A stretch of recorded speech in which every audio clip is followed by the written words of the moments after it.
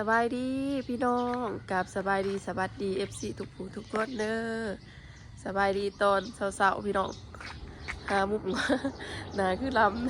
ำ ตอนนี้แม่น้องคิงกำลังสิไปตลาดเช้าว่าทับแปลงพี่น้องบ่ได้ลงคลิปประมาณ2 บัตร3 บัตรพี่น้องเอ้ยบ่ได้ออกแต่เฮือนฝนตกดินเนาะอยู่บ้านแม่น้องคิงอายุเขาฝนดินพี่น้องมื้อนี้รู้สึกว่าท้องฟ้ากับเป็นโล่งๆเนี่ยคือสิบ่ตกพี่น้องเนาะอีต้นแต่ผัวเขาประทันเดี่ยวเขาพี่น้องเอ้ยบางคนก็ตัดใบมัดใบเป็นจักสิบาเท่าไรให้จักสิบาเท่าไรเป็นถุงแต่ยังมีนะเขาอีโพตัดใบ5 6ให้7ให้พูดละมั้งพ้น5กะยุดมือนี่พี่น้องตอนนี้กำลังสิไปตลาดไปหาซื้อเขียดเนาะพี่น้องไปอีพอแล้วอยากกินเขียดนะแม่น้ำพิงสิไปซื้อของกินให้อีพอเพราะว่าเราสั่งเป็นพริกประมาณ2 บาท 3 บาทเนี่ยแหละเราคิดจะกินเขียดเดี๋ยวไปหาเบิ่งอยู่ตลาดคำเปงให้เน่เราว่าสิมีอยู่บ่เป็นพริกกระจักคือกันเนาะปกติยามเดือนนี่ค่ะมันมีอะไรเขียดมันลบเนาะคือแต่ละปีมันต้องคิดกับเห็ดต้นเขียดนะแต่ว่าปีนี้เฮาบ่ได้เฮ็ดหน้าเขานะพี่น้องแต่ละปีเฮาเฮ็ดอยู่หน้าเขาเนาะเสาหน้าเขาเฮ็ดแล้วก็แล้วเกี่ยวเขาก็เฮ็ดต้นเขียดนะพี่น้องปะเดี๋ยวไปเบิ่งน้ำกันเด้อว่าสิได้มาให้เราอยู่บ่เราสั่งเขียดแล้วก็พักกูดพักน้ำพี่น้องเนาะแต่กับโอ้โหบาสิไหลมาให้เพื่อนดื้อโบเนาะนี่แค่ที่เห็นเพื่อนจมอยากลายมือเนาะปะพี่น้องเลี้ยงไปผู้เดียวมือนี่ลูกสาวบ่ทันตื่น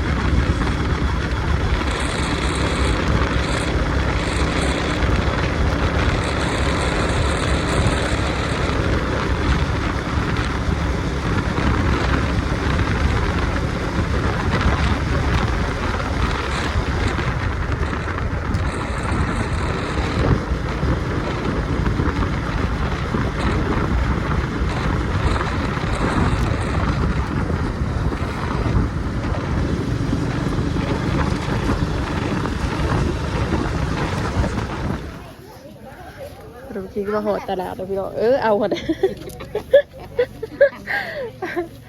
เห็นเขียดพอดีแต่ว่าเป็นหมอโอ้ยผมว่าอันนั้นบ่ทันเขาก็อยากได้เขียดมุกค่ะเนี่ยแต่ว่าเขียดน้อยก็สิเอาไปให้เราพี่น้องเอาไปให้เรามุกเราเอียงแหละสัว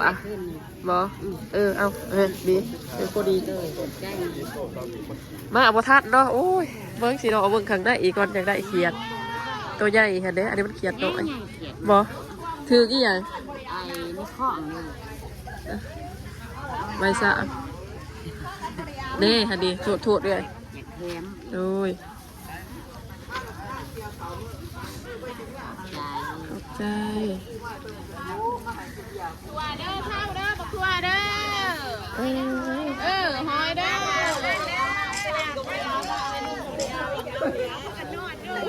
นอนที่ว่าตัวนอนทุนเช้าเชียงเด็กไอ้คนละท่าเอามาตีมาเยอะตีมา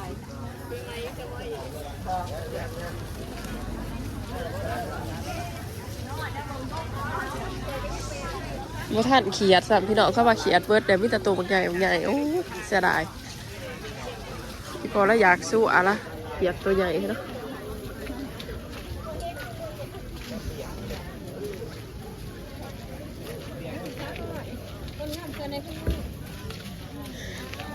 มาก่อน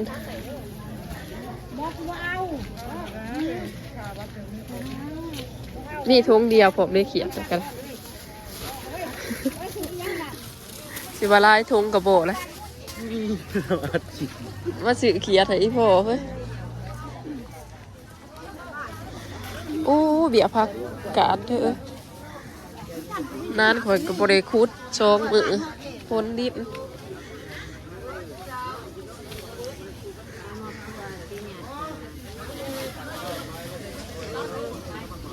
เอาของมาอยู่นี่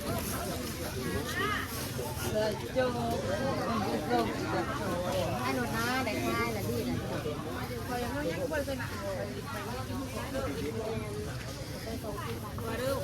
บัวลาย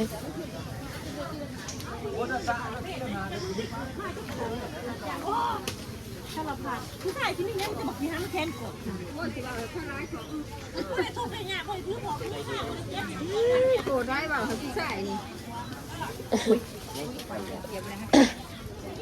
ราคาเดียว หูเท่าไรนี่ ผู้หาซิ 50 ไปสอบย่างไก่มันย่างไป โอ้เดี๋ยวได้ฟักน้ำมัดเท่าไรนี่แม่ฟักน้ำพี่น้องฟักที่พอเรามากินเนี่ยสัตว์งามเนาะหยอดอ่อนๆเอาซ้ำหมัดจ้ะเอาซ้ำหมัดเนี่ย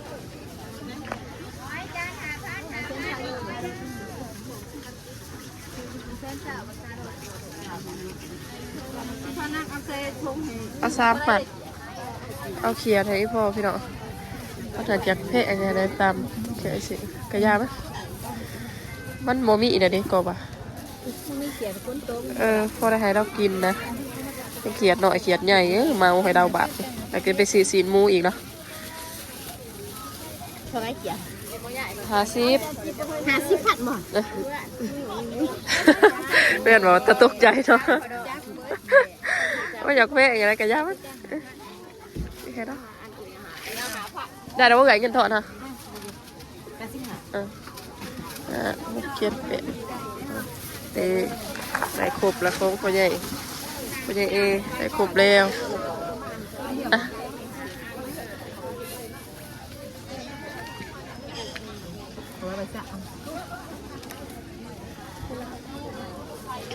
เขียดปะแค่นี้เลยแค่แต่บาดได้คล้องให้แล้วเย็นน่ะจมอยากมานิ้วลายมืออะไร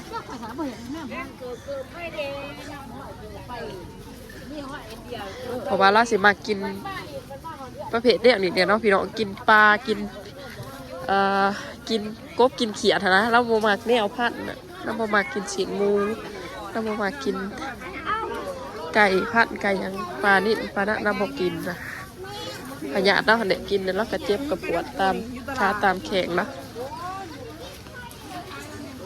เดี๋ยวไปซื้อซีนหมูก่อนพี่น้องนะ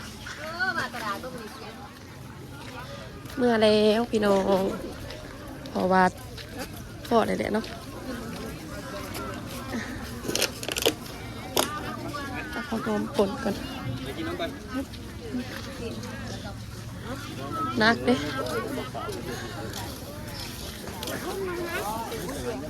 ชื่อลูกชิ้นก้อนพี่น้องคือโบเห็นเนี่ยตุ้ยมาคายน้ำเพื่อนเนาะ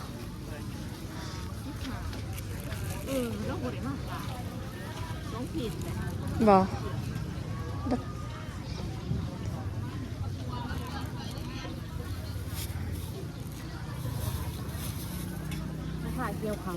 ไม่เนาะ มันกับโบมีเจ้าอื่นนี่ดีเนาะ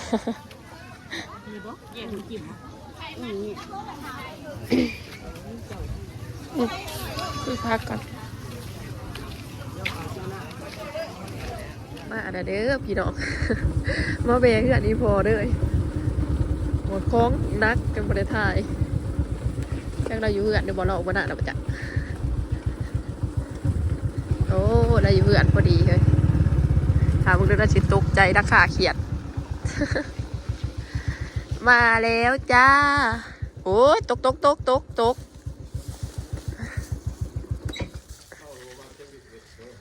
ฮะว้า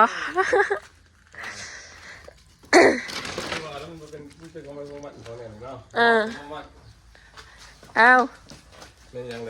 ฮะมาเขียดอันนี้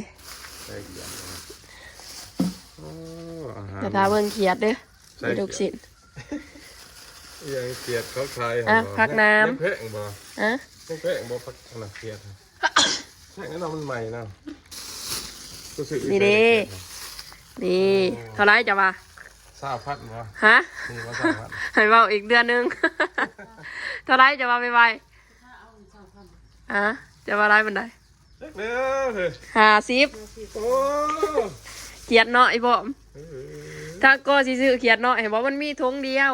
แต่ยามันบ่มีอันนี้หั่นนะ เอาแบงเอาด้วยเฮากินหมดดอกนี่เนาะไม่บ่กินอยู่บ่เขียด นักก็กินแต่บ่ะ ฮะ แต่เราบ่กินกบอ้าวอร่อย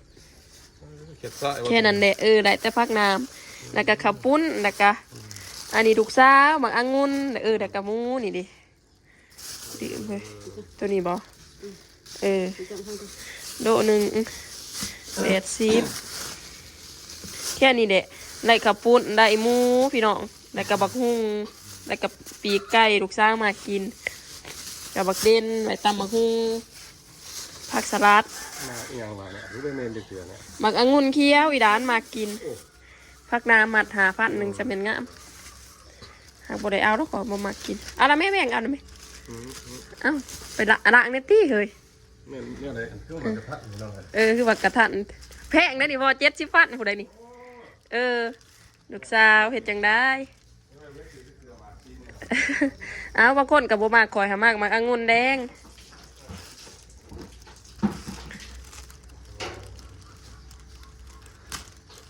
นี่เอาตัวสัตว์ลายแบ่งไงกันไร ไปเด้อเมื่อก่อนเด้อวันนี้ได้แต่หมูแต่เขียดทันเด้เอาไว้กินโดดจ้ะคอยบ่ค่อยอยากนะเขียดกบ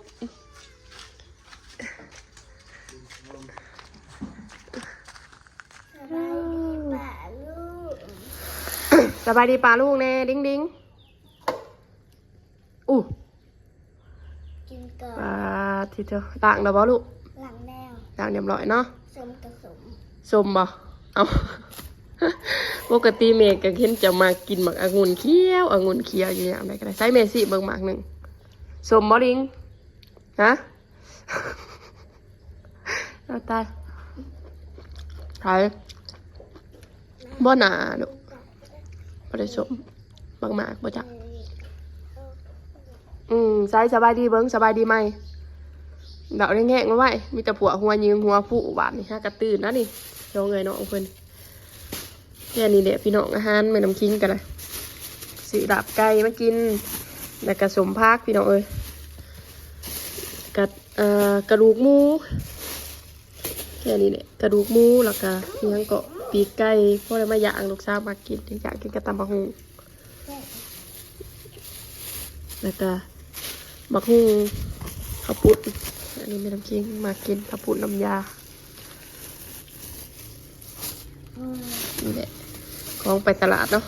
จุดสำคัญก็คือไปอันนั้นเนี่ยก็สิอยากไปเนี่ยกันเลยไปซื้อไปหาเบิ่งเขียดให้อีพ่อค่ะเนี่ยพี่น้องได้เขียดได้สีนหมูก็ใส่ไหลพักมาให้เราเนาะโอ้แซ่บบ่เฮ้ยเดี๋ยวแม่น้ำคิงสิได้ปิดคลิปไปเพียงสำนี้เด้อพี่น้องพอกันคลิปหน้าขอบใจขอบคุณที่เข้ามาเบิ่งแซ่บบ่สบายดี สบายดี ไปสิสบายดีมือเดียว สบายดี สันตะบ่ะไปเอาวีมาแม่สิเก่าผมให้เตรียมตัวไปโรงเรียน